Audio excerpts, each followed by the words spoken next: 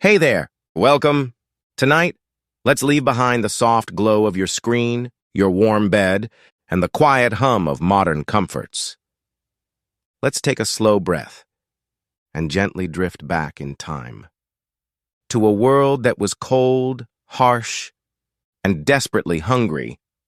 But don't worry, you're safe here. This is just a story, a slow, quiet one, meant to carry you gently into sleep. So if you're ready, dim the lights, turn on a soft fan, and get cozy. Let's begin. Your world has grown very, very small. Just a single room. Cramped. Cold. A peasant's croft house. Made from mud, straw, and dung. The walls are uneven. They breathe with the wind. The floor beneath your feet. Damp, packed earth. You're wearing rough leather shoes. They don't help much.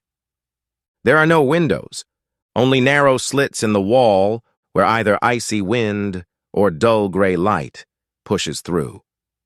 But never both. A low fire smolders in the center of the room. The smoke rises slowly, curling in the air, softly stinging your eyes, but keeping the bugs in the roof at bay. Now, in the heart of the home, hangs the most important object in your life. A great black cauldron, heavy, soot-stained, still, but always warm. This pot is your family's stomach, its furnace, its timekeeper. The day begins when something is dropped into it and ends when you take your portion from it. It is never empty. It is never cleaned. It just simmers. Endlessly. A quiet, bubbling rhythm of survival. Inside is something you've eaten every day of your life. It's called pottage. But don't imagine anything comforting. No rich stew, no creamy porridge, just a gray, grainy slurry. Oats or barley. Maybe just mill dust, mixed with water from the stream. The same stream animals drink from and relieve themselves in. You toss in a few old vegetables, a wrinkled pea, a woody turnip, a tough leek. No peeling, no chopping, just tossed in, dirt and all. The gritty crunch between your teeth is just normal, maybe. If you're lucky, you found some nettles or bitter greens in the woods. They go in too. Not for flavor, but just to be different. Some call this a perpetual stew because the pot never starts over. Each meal melts into the next. Yesterday's cabbage. Last week's carrot still lingers in tonight's bowl. The taste?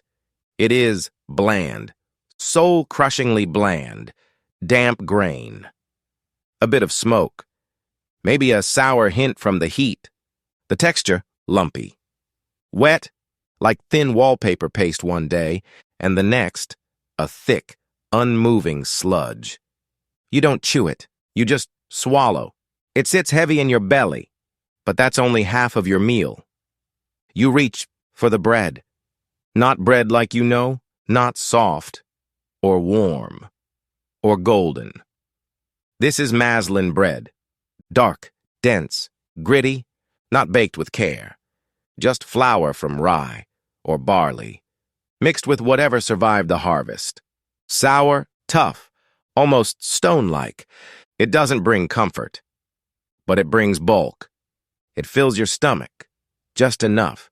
Enough to return to the fields tomorrow, to sow, to reap, to cook more of the same. This is life. A quiet, endless circle. A pot that never empties. A hunger that never truly fades. But now, you are far from that cold earth. The fire has faded. The pot is still, and you are safe. So take a deep breath. Let the images melt away. The smoke, the bread, the stew. Let them all drift into the past. Close your eyes. Let sleep find you. Good night. Your bread sits in your hand, a fist-sized rock. It tastes like sorrow, like a memory long since worn out. You don't notice the flavor anymore, because it's always the same. It is the opposite of the Lord's bread. That bright white loaf you've seen from a distance, carried up the path to the manor house on feast days. That's manchet bread. Software brilliant, made from fine sifted flour, a food from another world. But your bread is not a cloud. It is dense, gray, ancient. And there is no oven in your little hut. A private oven is unthinkable, a luxury not even imagined. By law, you and every villager must use the Lord's communal oven. It's called a banality, a feudal due. He builds the oven, and you must pay to use it. Sometimes with coin, more often with dough. So, once a week, or every 2 if you're unlucky. Someone in your family makes the long walk, carrying a rough, sticky mass to the village baker. This is not fresh bread. This is survival bread. The loaf in your hand right now might be 10 days old. It is hard, and it is heavy, and it hides secrets. You've heard the rumors. You've tasted them. Sand, chalk dust, sawdust from the mill floor. Some added for weight, others to stretch profits. Everyone along the chain, from the miller to the baker, adds a little trick. A handful of grit, a pinch of theft. The result is in your mouth, a slow, grinding crunch. Not flour, not grain, but something that wears down your teeth and your hope. By the time you're 30, your teeth are ground flat. A toothache is not an annoyance, it is a danger. A rotten tooth could kill you, and yet you are grateful, because bad bread is still bread, and no bread is a terror. You saw off a piece with your only knife, the same blade you use to mend tools and clean your fingernails. You dunk it into your bowl of pottage, holding it there until it softens, soaks up the gray broth like a heavy sponge. This is your meal, not 2 parts, but one soft, soggy unity. The sourness of the rye, the blandness of the gruel, they merge into a single dull flavor. The taste of survival. You chew slowly, methodically, grinding it down, swallowing it whole. And somewhere in your weary mind, you remember an old saying, "The whiter the bread, the closer to God." Your bread, dark and dense, marks you, defines you, keeps you in your place. Tonight, you feel the weight of it all. The last bite settles in your belly, but there is no comfort, because you know how little is left. The sack of grain, once full after the harvest, now hangs limp like an old skin. The salted fish barrel, nearly empty. Just leathery scraps remain. You've entered the most feared season, the hungry gap. Outside, the world is blooming. Green shoots stretch toward the sky. Birds call from the hedgerows, but you cannot eat green shoots. The fields promise food, but weeks too early. Your stores are gone. This is the cruelty of spring. Life everywhere, but none of it for you. The meals, already meager, are now ghosts. A pot of thin water. A turnip floating in silence. No grain, no substance. Your stomach aches. A sharp, hollow pain. You feel dizzy each time you stand. And you are not alone. The village is quiet. Work is slower. Faces are thinner. The laughter of children has faded. Your own little ones are pale. Their bellies swell slightly. A dark signal of malnutrition. They don't play. They don't laugh. They simply lie still. And that silence frightens you more than any scream ever could. This hunger is not just inside you.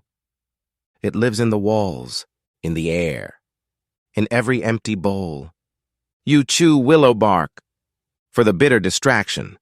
You stare at straw, at leather, at things that aren't food, but might somehow be. There's a name for it. June sickness, not a medical term, but a lived experience, a fatigue, a fading, a slow unraveling of strength and hope, the old and the very young. Go first. You see it in your father's labored breathing, in your child's quietness, and you wonder, will the wheat in the field ripen in time? Will you? The pot is nearly empty.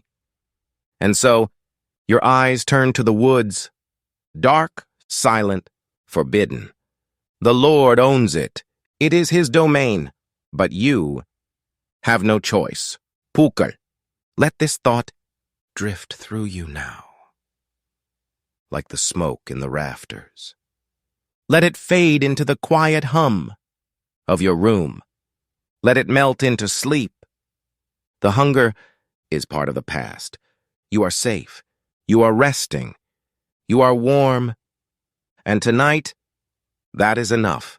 Sleep well. You wake at dawn. Not with energy, but with necessity. The ache in your belly is your alarm. So you take your burlap sack and step quietly into the forest. This is not a gentle walk, not a peaceful retreat into nature. It is a hunt, not for game, but for scraps, for roots, leaves, bitter, desperate, life. You gather nettles. Careful not to sting your hands. You'll boil them down later. They will wilt into the pot and taste faintly of bitterness. And smoke. You dig for dandelion roots. You pluck wild garlic. Sharp and pungent, a welcome wild jolt in a world of dullness. But these are just the beginning. You need more. More than leaves. More than hope. So you begin to dig, with your hands, with sticks, for pig nuts. Tiny, nutty roots. So small, so hidden.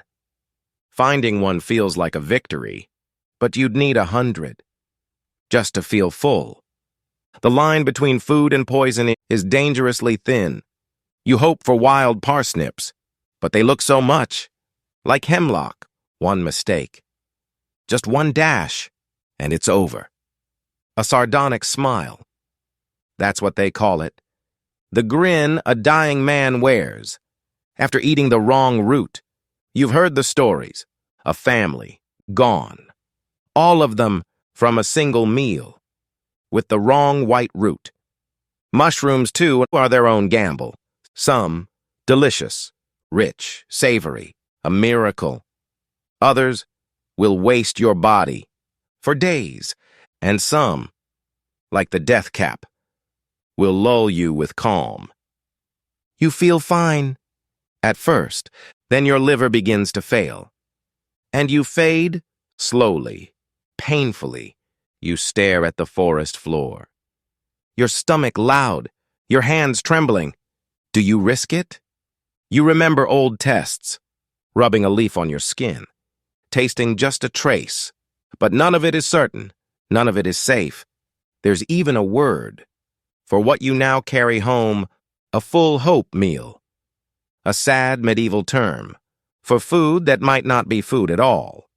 Bitter acorns, pulverized bark, moss, lichen, scraps of hope. You return at dusk. Your bag is heavy, but not with comfort. You pour the contents into the pot. Add water, wait for it to boil. A thin, greenish-brown fog rises. A murky soup. It might feed you, or it might not. You no longer care. You are too far gone. You just need something, but something inside you. Screams louder now. Something deeper than roots or leaves. It is the craving for meat. Real, dense meat. You dream of it. You taste it in your memory. A fading echo of fat and warmth. You look toward the forest, and you see them. Rabbits, deer, a wild boar. Snorting in the underbrush, the woods are alive. To a modern mind, it's a feast. To you, it's forbidden. Because hunting, for you, is a crime. And the punishment is not a warning, not a fine, but mutilation, blinding, amputation, hanging. These are not fairy tales. These are the forest laws, passed down by the Norman kings, by William the Conqueror himself. The forest is not yours. It is the king's, his personal pantry, his sacred space, even if it surrounds your village. Even if your children are starving, you cannot set a snare. You cannot touch the deer, not even a pheasant. The trees, the animals, they are his. If you break the law, you lose your hand, or worse. And so, you watch. The meat walks past you. The fat glistens in the distance. But your belly remains hollow, because the fear is real. You step back to your hut, to the bubbling pot, to the unknown soup, and with trembling hands. You raise a spoon to your lips. Sleep presses on your shoulders now. Not peace, but exhaustion, your body giving in. And still, you are grateful to have. One more night, one more bowl. Let the forest fade now. Let the smoke curl upward and vanish. Let your thoughts slow. Let the hunger go quiet. You are safe now. This is just a story. A quiet, ancient dream. Sleep is here. The day arrives. The church bells toll slowly in the distance, their sound carrying across the fields like a memory. You wake not with joy, but with anticipation, because today, something rare, something almost sacred, might find its way to your wooden bowl. The Lord's daughter, dressed in silks you cannot imagine, is being married. Far above your station, a world beyond reach. But with that union comes a ripple, a gesture from the manor to the mud. Perhaps a small feast, granted to the village. Perhaps the roasting of a pig, or salted cuts of venison, distributed by the steward with ceremonial gravity. You stand in the village square, waiting. The other peasants gather too, faces thin but hopeful, eyes scanning the road. And then, the cart comes. A wooden, rickety thing, covered in cloth. The steward steps down. His words are formal, distant, but his hands carry something real. Bundles of salted meat, a few wheels of hard cheese, barley for the alewife, a keg, maybe two. It's not abundance, it's not indulgence, but it's more than you've seen in weeks. It's enough. A fire is lit. The pot, for once, boils with purpose. The air fills with the sharp, unmistakable scent of roasting pork. It drifts through the village like a ghost of something better, something warmer. For one evening, there is laughter. For one meal, there is fullness. You eat slowly, you chew carefully. Your children's eyes glimmer. You swallow a piece of meat, rich, warm, salty, and feel it settle in your belly like a promise. It is fleeting. It will not last. But tonight, you sleep with more than just hunger in your chest. You sleep with the memory of a meal, a welcome break from the relentless toil in the fields. The air itself feels different, charged with a rare sense of occasion. And then you see it, a cart rumbling from the direction of the manor house carrying the Lord's gift. It's not the prime cuts, of course, the tenderloins, the plump legs of mutton, the choice ribs of beef. Those are all destined for the high table to be roasted and drenched in expensive sauces. What the cart carries is for you. It is the offal, the end rails, the organs, the bits of the animal that the noble kitchen deems unworthy, To the squeamish modern palate, this might sound like a punishment, not a gift. But to you, weak from a diet of pottage and gritty bread, this is a treasure trove of fat and protein. Your eyes scan the pile of bloody steaming innards. You see the heart, the liver, the kidneys, the lungs. You see the stomach and the long coiled ropes of intestine. There might even be a severed head or a pile of trotters. This is not a sight that disgusts you. It is a sight that makes your mouth water with a primal, desperate hunger. A crowd gathers and the lords reeve. A stern man who is usually yelling at you about your plowing oversees the distribution. There is no polite queuing. It is a tense, jostling affair, everyone trying to get the best pieces. You manage to secure a glistening, dark red liver and a section of the small intestine. You clutch them to your chest, a prize of unimaginable value, and hurry back to your hut before anyone can try to snatch them away. Now comes the challenge of preparation.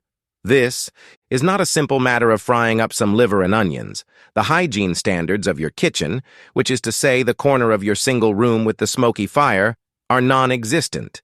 But even by those standards, offal requires care. The mainstream historical fact is that these parts of the animal spoil incredibly quickly. They must be cooked and eaten almost immediately, especially in the absence of any refrigeration. The liver already has a faint metallic smell, and the intestines require a thorough, disgusting cleaning. You take the intestines to the stream, the same contaminated stream you avoid drinking from, and begin the process of flushing them out. You squeeze the semi-digested contents from the long tube.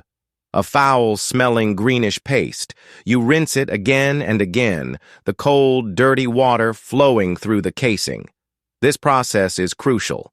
If not cleaned properly, the final dish will have a distinctly field taste. It's a grim, stomach-turning job, but you do it with the focus of a surgeon. Once cleaned, the intestines can be used in a few ways. They can be braided and fried until crisp dish you might call chitterlings, or more likely, they can be used as sausage casings. You don't have much to stuff them with, but you can chop up the other tougher bits of organ meat, perhaps the lungs or parts of the stomach. Mix them with some of your precious oat grit and a few wild herbs and stuff the mixture into the intestinal casing. It's a primitive form of sausage, a way to make the less palatable parts more appealing and stretch the meat further. Historians often call this type of dish a humble pie, which originally referred to a pie made from the umbels, the edible entrails of a deer. The liver is easier. You slice it and cook it directly over the fire on a hot stone or perhaps impaled on a stick. The smell fills your small hut, a rich irony, intoxicating aroma that is the absolute antithesis of your usual pottage fumes. It is the smell of life, of strength, of a full belly. As it sizzles, fat drips into the fire, spitting and releasing more of that glorious scent. It feels like a holy ritual. The family gathers around the fire, our eyes wide, fixed on the cooking meat. There are no plates to speak of. The cooked liver is divided up and handed out on thick crusts of your hard, stale bread. A plate you can eat, known as a trencher. You take your first bite. The texture is dense, almost creamy. The flavor is overwhelmingly strong, rich, and bloody. After a diet of unseasoned GR, the intensity of it is a shock to your system. It is the most delicious thing you have ever tasted. You eat slowly, savoring every morsel, knowing that this experience might not come again for many months or even a year. There's a quirky and slightly stomach-turning tidbit about awful consumption, the sheer variety of what was considered edible. Recipes from the period, even for the poor, mention using the spleen, the pancreas, the brain, and even the testicles of animals. Nothing was wasted. The head of a boar or a sheep would be boiled for hours to make a gelatinous broth, and the meat would be picked from the skull. This was nose-to-tail eating, born not of culinary fashion, but of brutal necessity. As you finish your portion, Licking the last of the fatty juices from your fingers, a deep, satisfying warmth spreads through you. It's a feeling you haven't felt in a long time. It's not just the fullness in your belly. It's the feeling of protein and fat replenishing your depleted body. For one night, you are not just surviving, you're feasting. And the fact that you are eating the Lord's garbage doesn't diminish the feeling one bit. The memory of the awful feast fades, and your diet returns to its grim baseline. The main staple day in and day out is bread, but not the relatively safe, if gritty, Maslin bread made from wheat and rye. In your particular region, the soil is poor and the climate is harsh, which means the dominant crop is rye. It's a hardy, resilient grain that can grow where others fail. And so your daily bread is a dense, dark, almost black loaf made entirely from rye flour. It has a strong, sour flavor that you've come to associate with the very taste of sustenance itself. But this humble rye bread carries a hidden, terrifying danger, a microscopic stowaway that can unleash hell on your village. It begins subtly. A neighbor, a man you've known your whole life, starts to complain of a strange tingling in his fingers and toes. He dismisses it as the cold, but it persists, growing into a burning sensation, a feeling he describes as fire running through his veins. Then his wife and children start to feel it too. Within a week, the whole family is afflicted. They writhe in their beds, screaming in agony from the fiery pain. This is the first stage of a horrifying affliction known to medieval people as ignus sacra, the holy fire. Today we know it as ergotism. This is a mainstream historical fact of medieval life that is as fascinating as it is terrifying. Ergot is a fungus clavic per puree that grows on rye and other cereals, especially after a cold winter.